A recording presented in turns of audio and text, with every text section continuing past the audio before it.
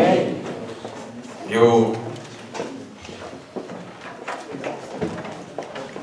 quero trazer uma palavra hoje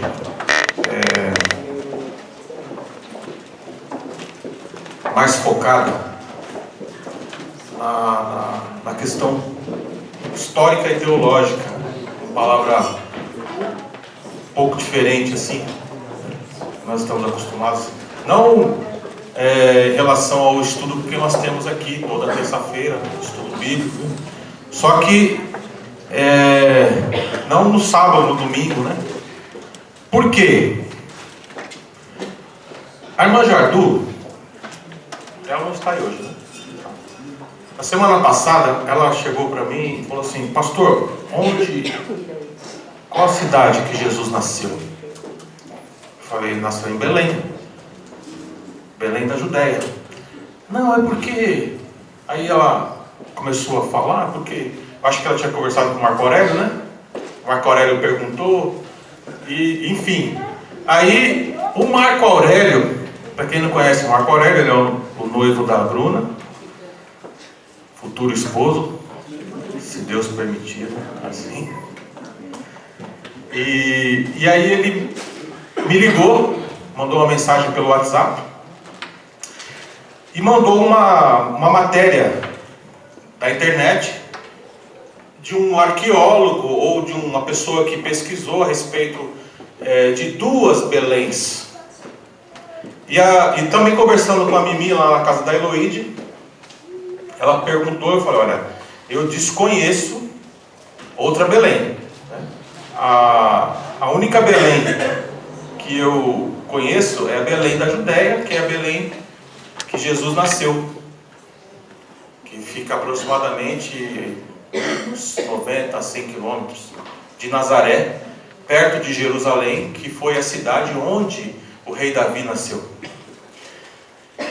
E pensando nisso, eu, aproveitando que nós vamos ter uma semana teológica aqui, aproveitando a oportunidade, já convidando a todos que estão aqui hoje, né? Nós vamos ainda falar. É o Tico que está ali? Não, parece o Tico. Qual o nome do irmão? Adão, me perdoe. É que eu olhei assim, parecia o Tico sem óculos. É um amigo nosso lá da Bahia. Seja bem-vindo, Deus abençoe tua vida, viu? Então, aproveitando que nós vamos ter essa semana teológica, incentivando a igreja. Ontem aqui na oração, nós estávamos todos aqui no altar. Foi uma bênção maravilhosa. E Deus começou a ministrar. Usou a vida da Eloíde, usou a vida de outros irmãos, usou a minha vida para falar. E Deus vai mostrando algumas coisas, né? E o Senhor, irmãos, mostrou essa igreja lotada, cheia de pessoas interessadas na palavra. E o Senhor falou: eu vou fazer dessa igreja uma igreja bereana. O que é uma igreja bereana? Se você ler o livro de Atos, você vai ver que a palavra do Senhor estava sendo pregada. O apóstolo Paulo estava pregando na cidade de Bereia, aos bereanos. E aquela comunidade, enquanto Paulo falava, eles estavam lá onde? Fazendo o quê? Nas Escrituras, no Antigo Testamento, na Bíblia judaica. Porque tudo aquilo que eles pregavam, os apóstolos, tudo aquilo que Jesus pregou, está na palavra. Está na palavra. E eles, muito provavelmente com a Septuaginta na mão, que é a Bíblia judaica na língua grega, iam lá consultar para ver se batia aquilo que ele estava falando.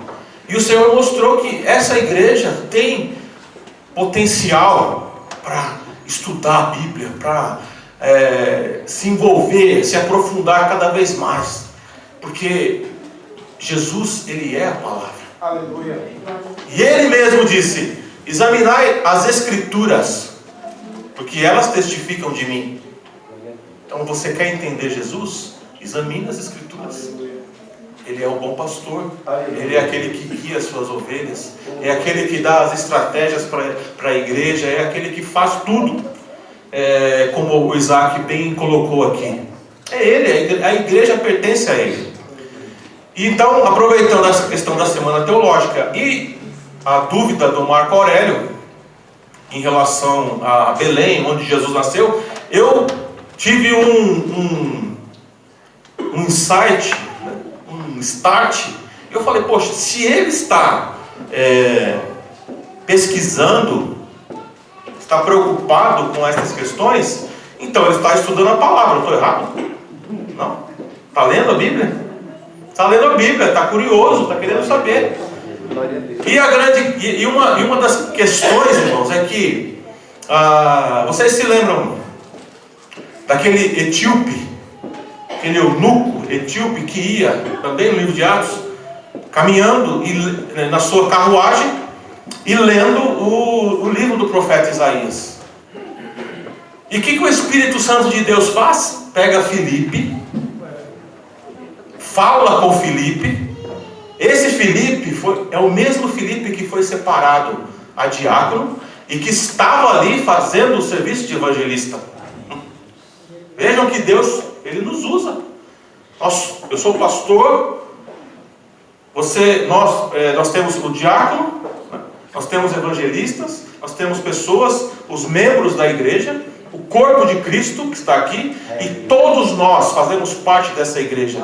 E se você estudar a palavra de Deus, se Filipe não soubesse nada da palavra de Deus, será que o Espírito Santo iria tocar no coração dele? Ele ia mandar alguém falar, explicar a palavra para uma pessoa que não estava entendendo? Se Filipe não soubesse, se ele não tivesse estudado a palavra de Deus, o Espírito Santo não ia tocar no coração dele, na mente dele, não ia falar com ele. Mas como ele conhecia a palavra, como ele sabia, conhecia tudo aquilo que estava escrito na Bíblia, o Senhor falou com ele: tem alguém ali que está precisando. Tem alguém ali que está precisando de ouvir a minha palavra, de que alguém explique. E a primeira coisa que Filipe faz, a primeira pergunta que Filipe faz para ele é: você está entendendo o que você está lendo? E ele diz: como eu posso entender se não tem quem me explique? Opa, espera aí. Subiu já naquela carruagem. Esse texto que você está lendo é do profeta Isaías. E justamente essa parte que você está lendo está falando de Jesus Cristo. Jesus esteve aqui na terra, Ele fez milagres, Ele operou maravilhas. E o principal motivo de Jesus vir, de Jesus descer a essa terra, foi para salvar a tua vida. Ele mesmo disse: quem crer e for batizado será salvo. Estou aqui imaginando o diálogo. E aí na mesma hora ele disse: eis aqui água. Eis aqui água. O que impede? Claro que não impede. Vamos lá. Filipe já batizou aquele homem. Ele seguiu o seu caminho e ele foi para um outro lugar, levado pelo Espírito Santo. Eu estou fazendo essa introdução porque eu coloquei tudo no computador. Estava aqui até agora no PowerPoint, só que de repente sumiu, escafedeu-se. Mas eu vou aqui tentar lembrar, daquilo que eu pesquisei e li. Mas vamos lá. Perdi aqui tá vendo, Isaac? Mas abra a sua Bíblia, por favor. Mateus 16, um texto conhecidíssimo, eu sempre cito aqui. Mateus 16, no verso 13.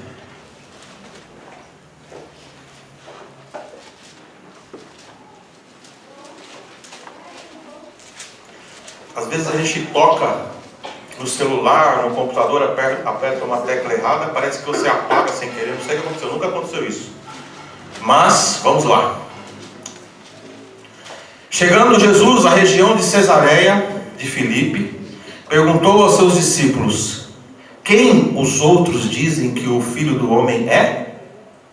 E eles responderam: alguns dizem que é João Batista, outros dizem Elias, e ainda outros Jeremias ou um dos profetas. E vocês?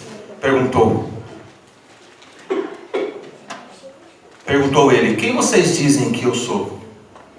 E Simão Pedro respondeu: tu és o Cristo, o Filho do Deus vivo.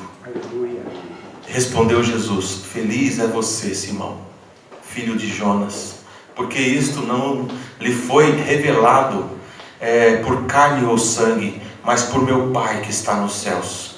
E eu lhe digo que você é Pedro, e sobre esta pedra eu edificarei a minha igreja, e as portas do Hades não poderão vencê-la. Eu lhe darei as chaves do reino dos céus, e a quem você ligar na terra terá sido ligado nos céus, e a quem você desligar na terra terá sido desligado nos céus. E então advertiu aos seus discípulos que não contassem a ninguém quem ele era, que ele era o Cristo. Eu não vou assim me aprofundar neste texto hoje, né? Especificamente nesse texto, mas só para que os irmãos tenham uma ideia, essa é a base que a Igreja Católica Romana tem para muitas coisas que vocês já ouviram. Quem tem as chaves do céu? São Pedro, né? Quem salvou? São Carlão, que foi católico. Quem tem as chaves do céu? Quem é que abre? Quem é que manda a chuva? Nós tivemos agora, acho que no mês de junho, não me lembro o dia, mas tem o dia de São Pedro, de São João. Tradição, virou cultura, baseado nesta palavra, Pedro como o primeiro Papa. E por causa desta palavra que Jesus direcionou. Agora, rapidamente, quando nós vamos estudar exatamente o que o texto está dizendo, Jesus falava em aramaico, o Novo Testamento foi escrito na língua grega, e rapidamente, quando Jesus fala, tu és Pedro, e sobre esta pedra, Jesus está falando sobre o significado do nome de Pedro. Tu és Pedro, que significa pedra, e sobre esta pedra, que significa o teu nome, eu vou edificar a minha igreja. E ele era quem era Pedro no contexto aqui? Ele era o líder. E quando Jesus fala, eu te darei as chaves do céu, ele está falando para Pedro como líder da igreja naquele momento, simbolizando toda a igreja, em todos os tempos, toda a igreja. O próprio Pedro, no texto que o pastor Rafael leu, quem Pedro diz que é a pedra angular que os homens rejeitaram. Ele, Pedro, entendeu o que Jesus está falando. E ele diz lá no capítulo, no 2 Pedro, capítulo 5, que você leu, né? 2. 2 Pedro, capítulo 2. Não, 1 Pedro, né? 1 Pedro 2, 4. 1 Pedro 2, 4. Pedro está falando ali que Jesus, ele é a pedra angular. A pedra angular é a pedra que segura, a pedra que fica na sustentação da edificação. Ele é a pedra. Então o próprio Pedro entendeu. Só que a igreja interpretou dessa forma. E então vamos agora pensar um pouquinho naquilo que eu me propus a falar hoje. Tá certo? A questão aqui está no verso 13. Quem os outros, ou quem os homens dizem quem eu sou? Jesus perguntando aos seus discípulos. É uma pergunta, irmãos, que até hoje, muitos fazem. Muitos especulam. Estou falando agora de ciência, estou falando de história, estou falando de filosofia, de sociologia. Nessa área, muitos especulam quem é Jesus. E eu vou tentar aqui de uma forma bem resumida passar para vocês alguns conceitos de teologia histórica, tá? Vamos pensar aqui na questão de Belém. Ele me passou a matéria, né? Eu respondi já ao Marco Aurélio, mas quero explicar isso à igreja. Ele me passou essa matéria e os arqueólogos fazendo escavações, né? A arqueologia é a ciência que busca respostas históricas que ficam assim muitas vezes sem respostas. Então, os arqueólogos eles têm a função de escavar para buscar, por exemplo, Jerusalém, na região do templo. Ali existem escavações até hoje. E eles vão escavando e cada camada que eles encontram uma parte da história. Então, eles ficam estudando e tentando imaginar em que período isso tudo tem ciência, tem carbono 14, tem várias questões científicas que dão base para que eles venham datar muitas coisas. E a arqueologia faz esse trabalho. Eu estive na cidade de Paris, em frente à Catedral de Notre Dame. Existe ali um lugar, esqueci o nome agora, quem já foi lá, acho que a Luíde vai lembrar,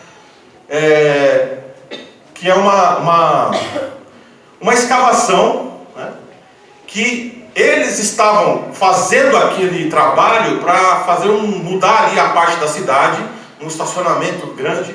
E as máquinas começaram a escavar, de repente eles começaram a achar pedaços da história de Paris, a história antiga de Paris. E eles foram escavando, chegaram até o período do Império Romano, quando a cidade praticamente estava começando. A cripta, chama cripta. E eles escavaram e eles deixaram ali. Então, os estudiosos, a parte cultural da cidade já mandou parar e eles fizeram algo maravilhoso. Tem até no site e tudo. Então, esse é o trabalho da arqueologia. Trazer de volta o passado. Traz de volta o passado para estudar esse passado, para entender esse contexto. E da mesma forma aconteceu. Os arqueólogos escavando acharam uma cidade. E aí, pelo que eu entendi naquela matéria, supostamente seria uma Belém da Galileia, diferente da Belém da Judéia, que fica, como disse antes, próxima de Jerusalém. E aí eu expliquei para o Marco Aurélio que isso é uma especulação, é uma suposição. Estão supondo que seja uma outra Belém, porque eles começaram a calcular, naquela época praticamente seria impossível ou muito difícil Jesus ter nascido em Belém da Judéia por causa da distância. Não existiam carros. Então, eles supondo que existia uma Belém na Galileia, é isso, né? E eu falei para ele, olha, na Bíblia não existe, só existe a Belém Efrata, no Antigo Testamento conhecido como Belém Efrata, casa do pão. Então é uma especulação. E pensando em especulações, é que eu vou trazer essa palavra já como uma introdução da nossa semana teológica, tá? Falando sobre o Jesus histórico. Eu perdi aqui as minhas anotações, mas vamos lá, que o Senhor me ajude a lembrar, tá? Oi? Então, vem aqui, mas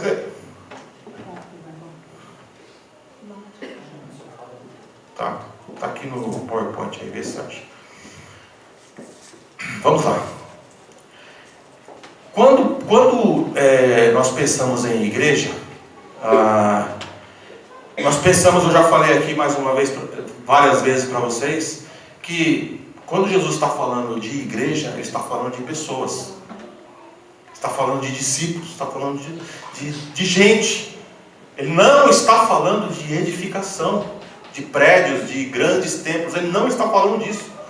Quando ele fala contra a minha igreja, são pessoas que, quando nós analisamos a história dos primeiros cristãos, eles se organizavam em vários lugares.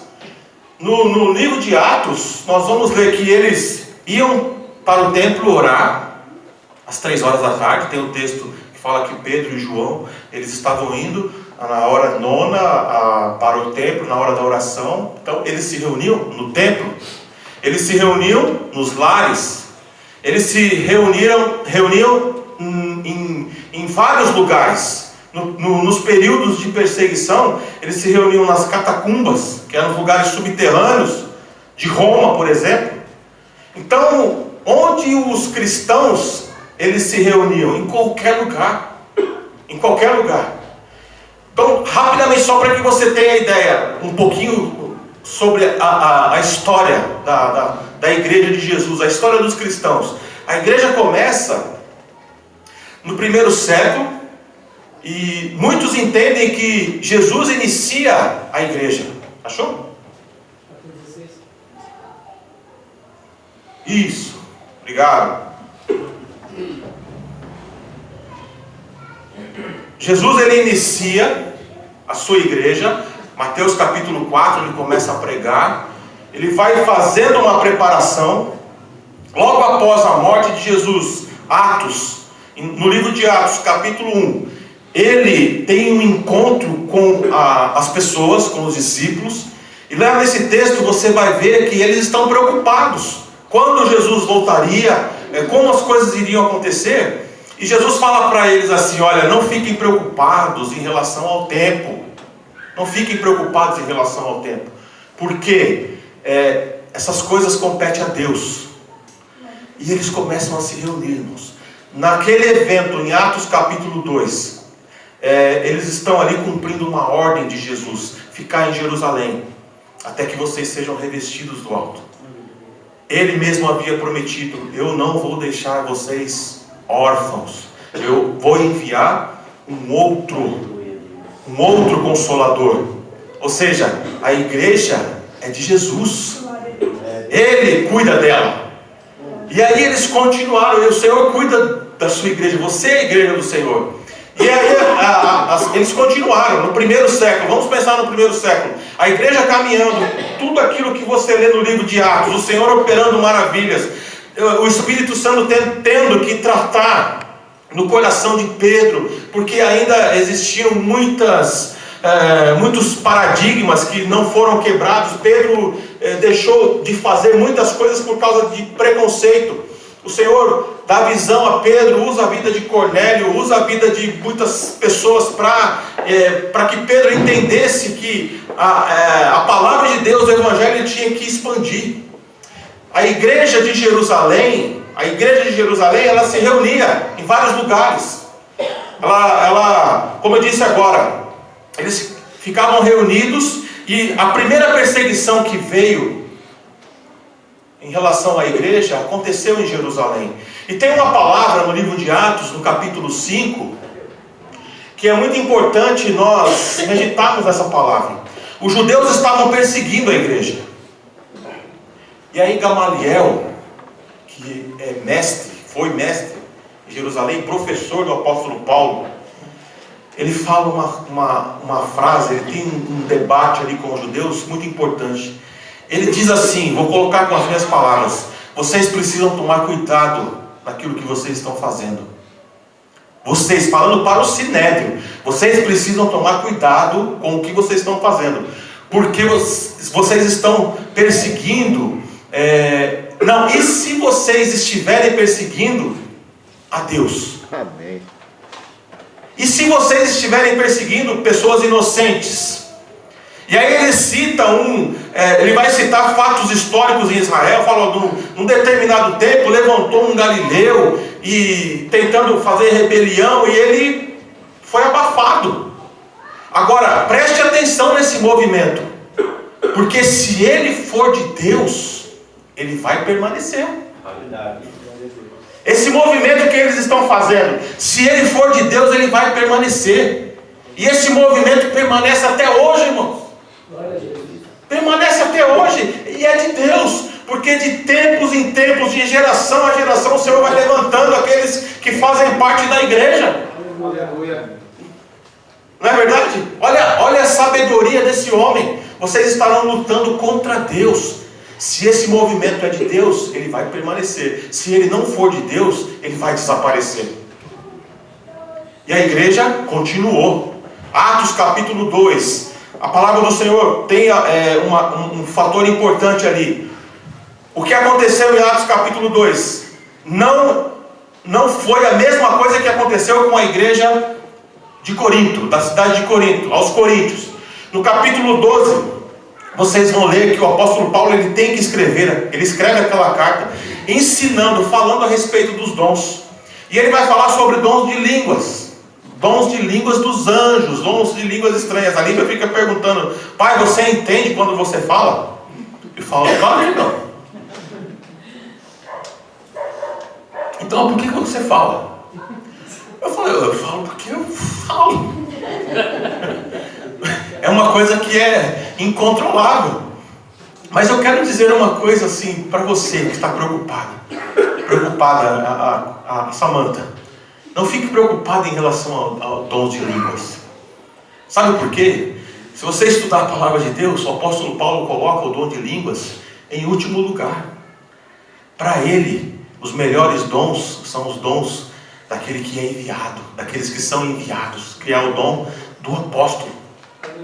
Apóstolo significa aquele que é enviado. Então ele faz ali uma relação de dons que é importante a igreja entender. Que o dom de línguas estranhas, o dom de línguas dos anjos, esse dom edifica a própria pessoa que está falando. Nós somos edificados, você é edificado. Só que o apóstolo Paulo diz assim: eu prefiro que vocês profetizem. Porque quem profetiza está ajudando a igreja, está esclarecendo muitas coisas à igreja. Porque quem fala em línguas está edificando a si mesmo, está orando, está adorando e tal. Mas agora, o importante na visão do apóstolo Paulo, e é uma verdade, é a edificação do corpo de Cristo. Então não fiquem preocupados, porque teve um tempo em que as pessoas tinham que fazer até curso para falar em línguas. Em algumas igrejas, a Esther frequentou uma igreja dessa aí. Vem cá, levar ela para um cantinho, começa aí, e vai, daqui a pouco sai. Isso aí, não existe isso. Não existe. Então, está cheio de doido por aí, irmãos. Está cheio de esquizofrenia espalhada aí pelas igrejas. Então, não ligue para isso. Eu tenho algo assim comigo que eu digo para a igreja: não fiquem preocupados em buscar dons. Fiquem preocupados em fazer aquilo que está escrito em Gálatas capítulo 5. Que o fruto do Espírito seja na sua vida algo abundante. O fruto do Espírito, com todos os seus gomos. É isso que nós temos que fazer. Buscar o fruto do Espírito. A igreja continuou. Aquele evento de Atos capítulo 2 foi algo sobrenatural que veio de Deus. Para quê? Para que os irmãos tivessem a capacidade de pregar o Evangelho em línguas estrangeiras.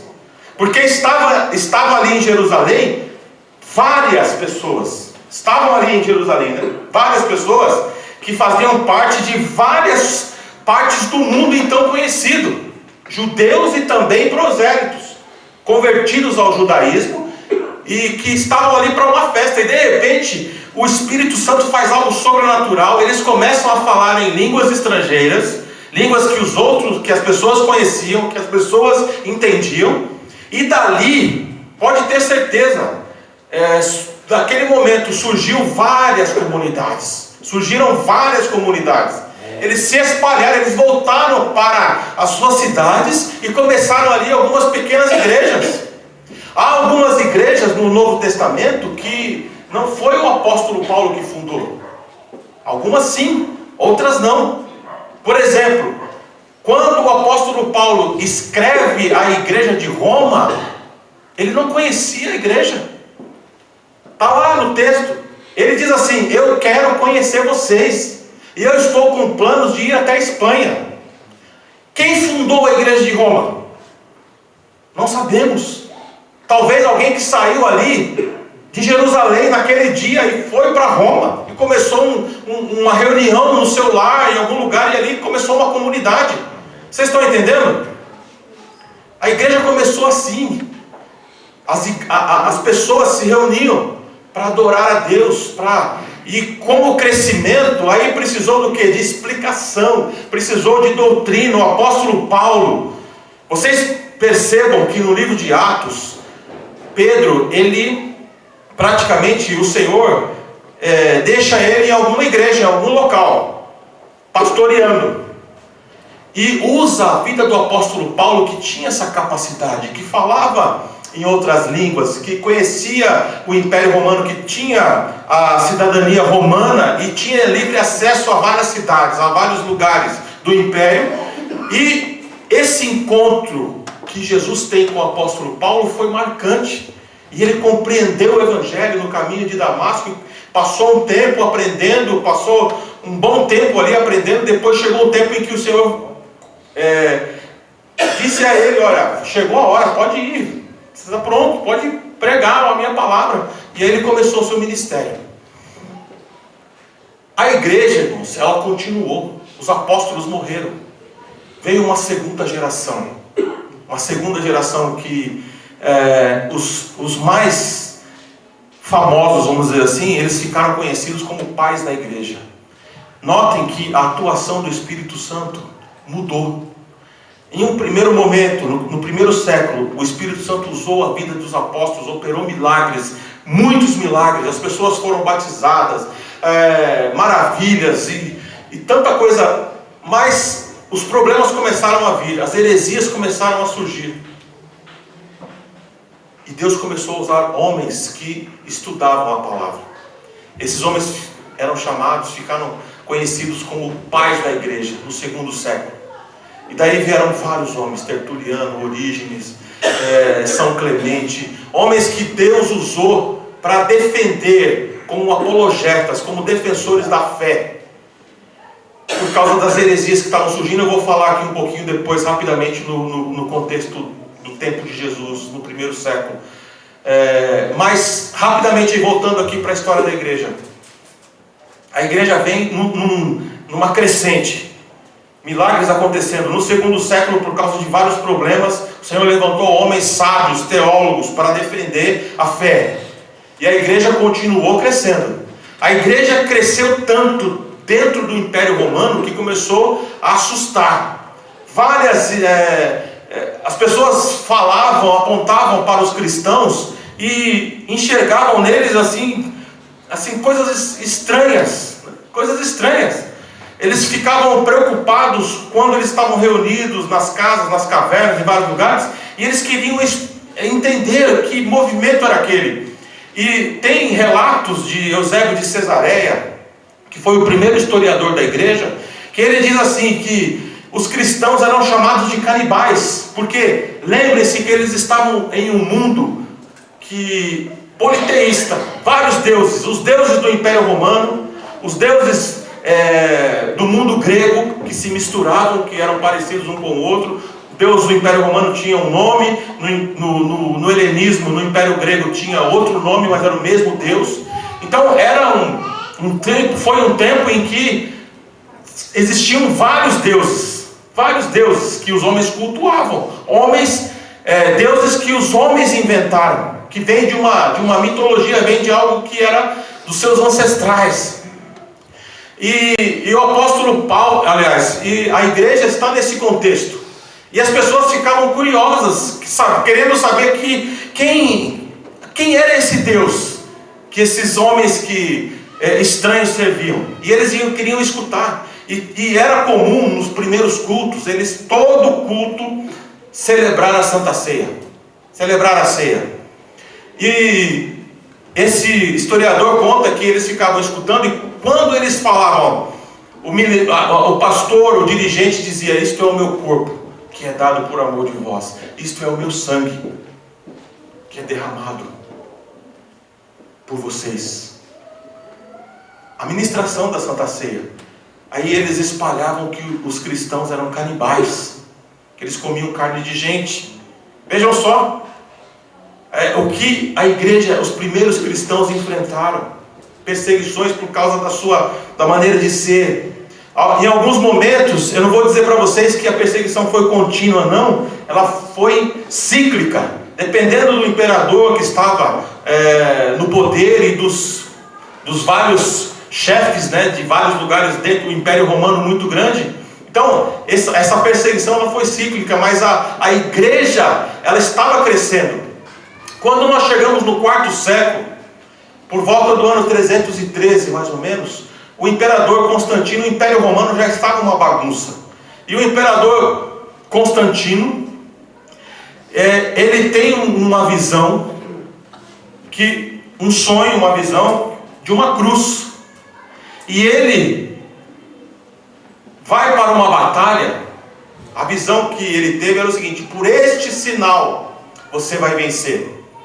Teve uma visão de uma cruz e aquele sinal daria a vitória para aquela batalha, para aquela determinada batalha. E ele foi liderando o império numa certa batalha e venceu. E ele começou a prestar mais atenção nos cristãos.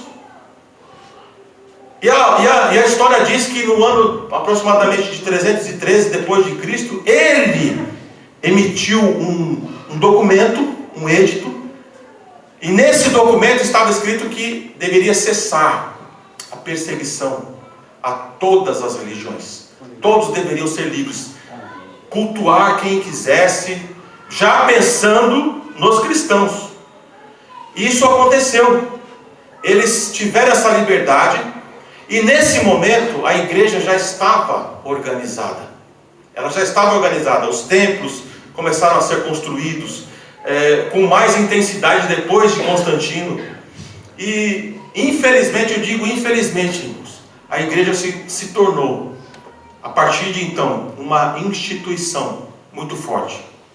Eu não gosto vocês já perceberam isso, de ficar falando dessa igreja ou daquela igreja. Não gosto. Por que eu falo isso? Porque em todos os tempos, em todos os períodos da história, a igreja do Senhor, ela sempre prevaleceu. Nós temos irmãos na igreja católica. Mas eles estão fazendo... Queridos, não importa como eles estão fazendo. Nós temos irmãos, tem escolhido de Deus em todos os lugares. Em todos os lugares.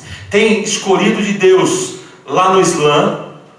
E se tem escolhido de Deus lá no Islã, o Espírito Santo de Deus vai fazer esse trabalho.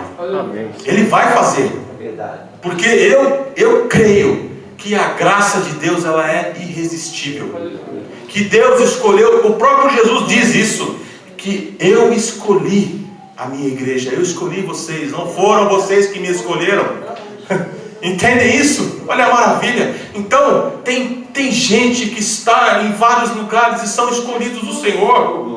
E na hora certa, da maneira certa, o Senhor vai chamar, o Senhor vai revelar, o Senhor vai falar. Não fiquem preocupados, sabe por quê? Em Atos capítulo 2, eu sempre digo isso para a igreja. O Lucas escreveu, olha, Deus, não os homens, acrescentava à igreja os que iriam ser salvos.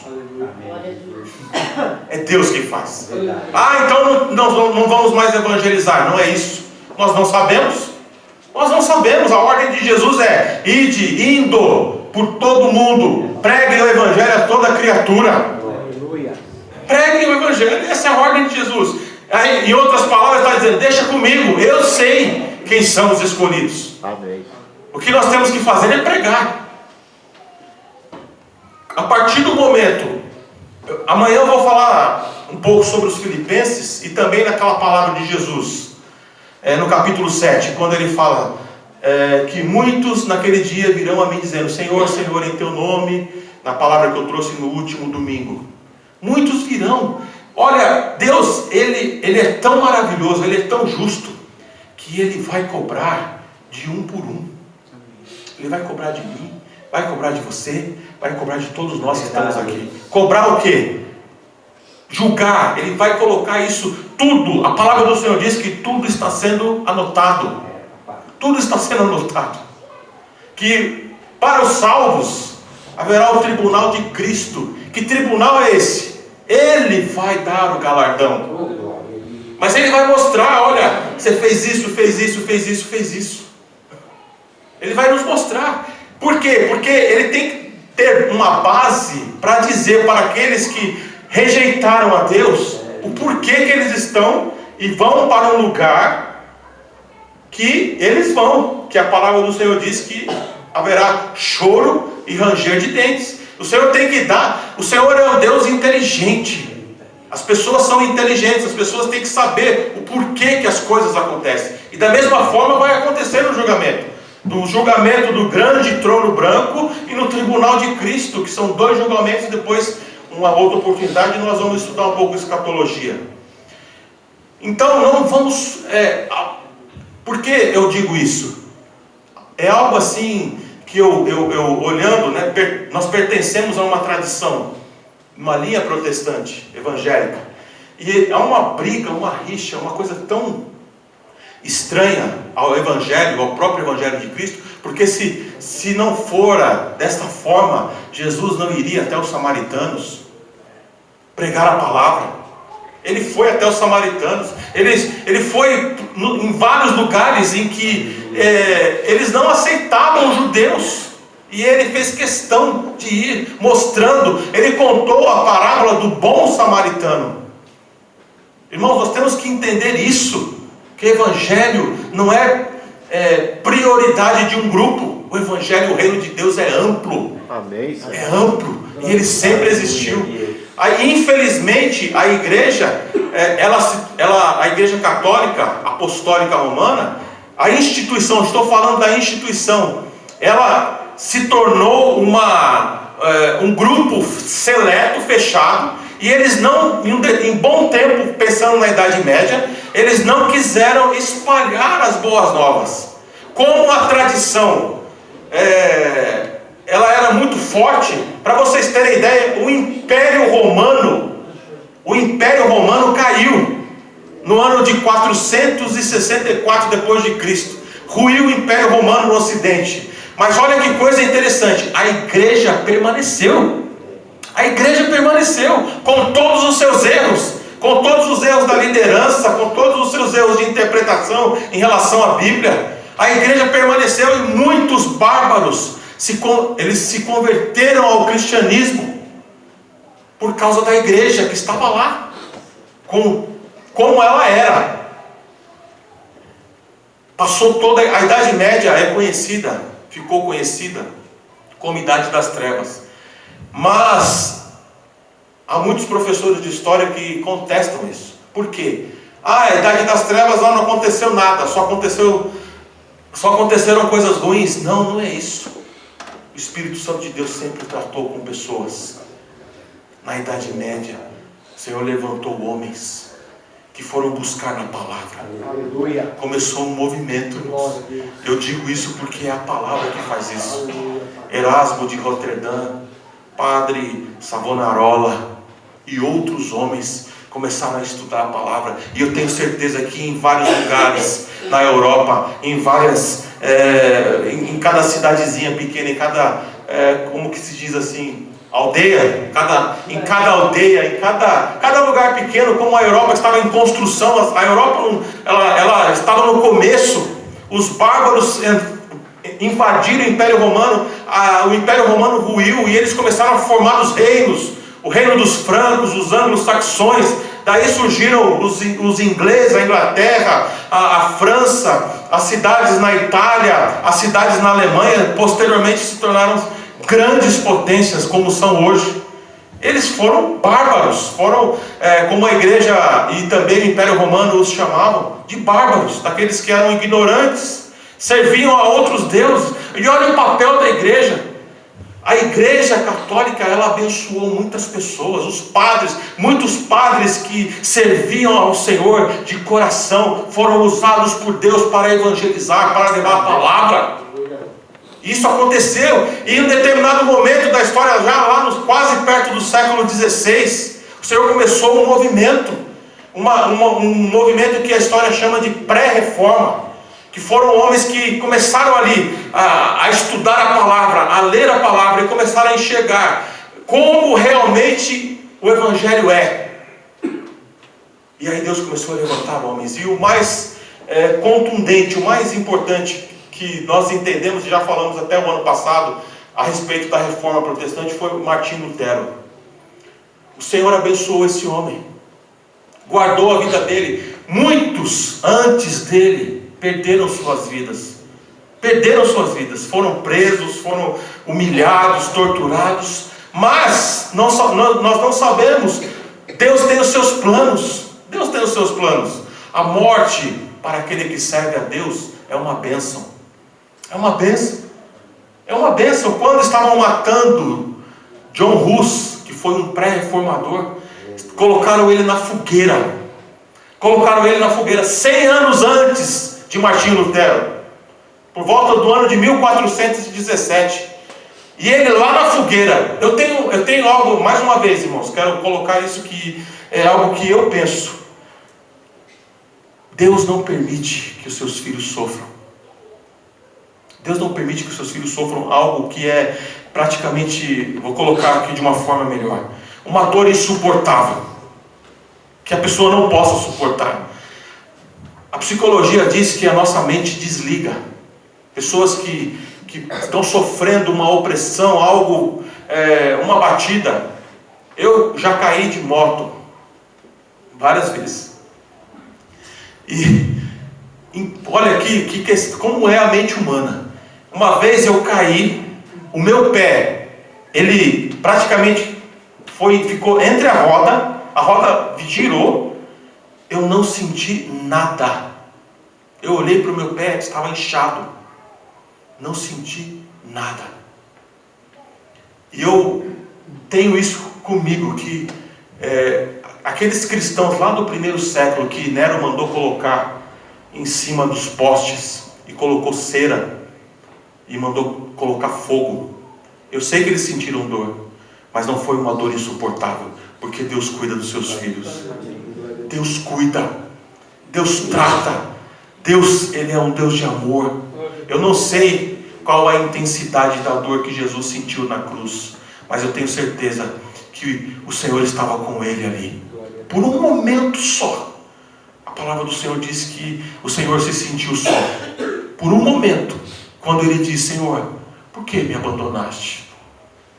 Mas eu creio que aquela dor foi uma dor forte, muito grande, mas o Senhor estava com ele ali, porque até o limite, onde ele poderia sentir, o Senhor estava ali. Quando passa daquilo, quando nós olhamos, a cena é muito forte, mas tenha certeza que o Senhor, Ele é um Deus maravilhoso, é um Deus poderoso. E muitos cristãos morreram, perderam suas vidas. E pensando aqui em John Hus, enquanto ele estava queimando, irmãos, como que alguém queimando consegue falar: olha, hoje vocês estão me matando, mas daqui a 100 anos, olha o Espírito Santo revelando até na hora da morte: hoje vocês estão me matando, por ignorância. Lembra, nós temos que lembrar sempre que o Senhor nos fala para perdoar. Hoje vocês estão me matando, mas daqui a 100 anos levantará um outro homem, e ele vai fazer o que eu tentei fazer. Isso aconteceu. O Espírito Santo revelou a ele. 100 anos depois, Martinho Lutero foi guardado por Deus. A história diz que ele foi para Roma, ele foi professor de teologia, ensinava, e quando ele leu no livro de Romanos, a mesma coisa que está escrito no livro de Abacuque: o justo viverá pela fé. Provavelmente ele já havia lido aquilo várias vezes, mas naquele momento, quando o Espírito Santo de Deus revela, ele sentiu algo diferente. Ele sentiu algo diferente, e ele falou: aqui está a chave. O justo viverá pela fé. Eu não preciso ficar preso a uma instituição. Eu não preciso ficar preso a uma liderança que não faz a vontade de Deus. A igreja, ela é uma outra coisa. Isso que eu estou vivendo não é igreja, não é ser igreja.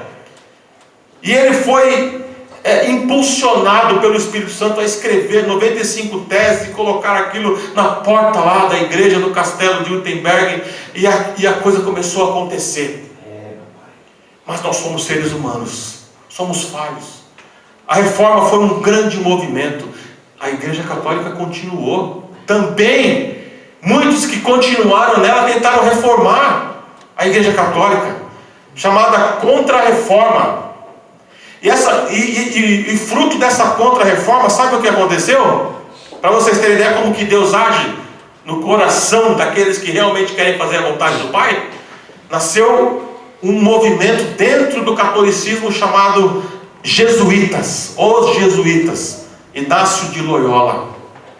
Esse homem, ele revolucionou a Igreja Católica com missões. Vieram para cá, missionários, jesuítas, vieram para o Brasil e pregaram a palavra, da forma deles, mas a semente foi lançada, e o Evangelho começou a crescer.